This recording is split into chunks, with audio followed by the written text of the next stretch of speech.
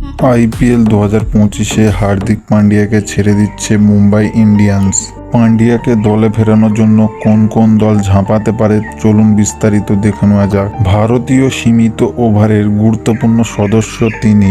বিশ্বজয়ী ভারতীয় টি-20 দলের সদস্য ছিলেন হার্দিক পান্ডিয়া। তবে গত বছরের আইপিএল টুর্নামেন্টটা হার্দিক পান্ডিয়ার জন্য খুব একটা ভালো কাটেনি। তার নেতৃত্বে মুম্বাই ইন্ডিয়ান্স টুর্নামেন্টে চূড়ান্ত হতাশাজনক পারফরমেন্স করে এবং ক্রিকেটার হার্দিক পান্ডিয়া ব্যাটে বলে প্রভাবিত করতে ব্যর্থ হয়। মুম্বাই ইন্ডিয়ান্স ক্রিকেট সূত্র থেকে জানা যাচ্ছে পরবর্তী বছর অর্থাৎ আইপিএল 2025-এ হার্দিক পান্ডিয়াকে মুম্বাই ইন্ডিয়ান্স রিটেন করতে নাও পারে। আইপিএল 2024-এর আগে রোহিত শর্মাকে সরিয়ে মুম্বাই ইন্ডিয়ান্স হার্দিক পান্ডিয়ার হাতে ক্যাপ্টেন্সি তুলে দেয়। মুম্বাই ইন্ডিয়ান্সের এই সিদ্ধান্ত মুম্বাই ভক্তদের একেবারে পছন্দ হয়নি। মুম্বাই ইন্ডিয়ান্সের ম্যাচে ওয়াংখেড়ে স্টেডিয়াম থেকে মুম্বাই ভক্তদের কাছে থেকে হার্দিক পান্ডিয়াকে মুম্বাই ভক্তরা কটাক্ষ করে। তার ও দলের খারাপ পারফরম্যান্সে সমর্থক থেকে বিশেষজ্ঞরা সকলেই হার্দিক পান্ডিয়াকে নিয়ে সমালোচনা করে।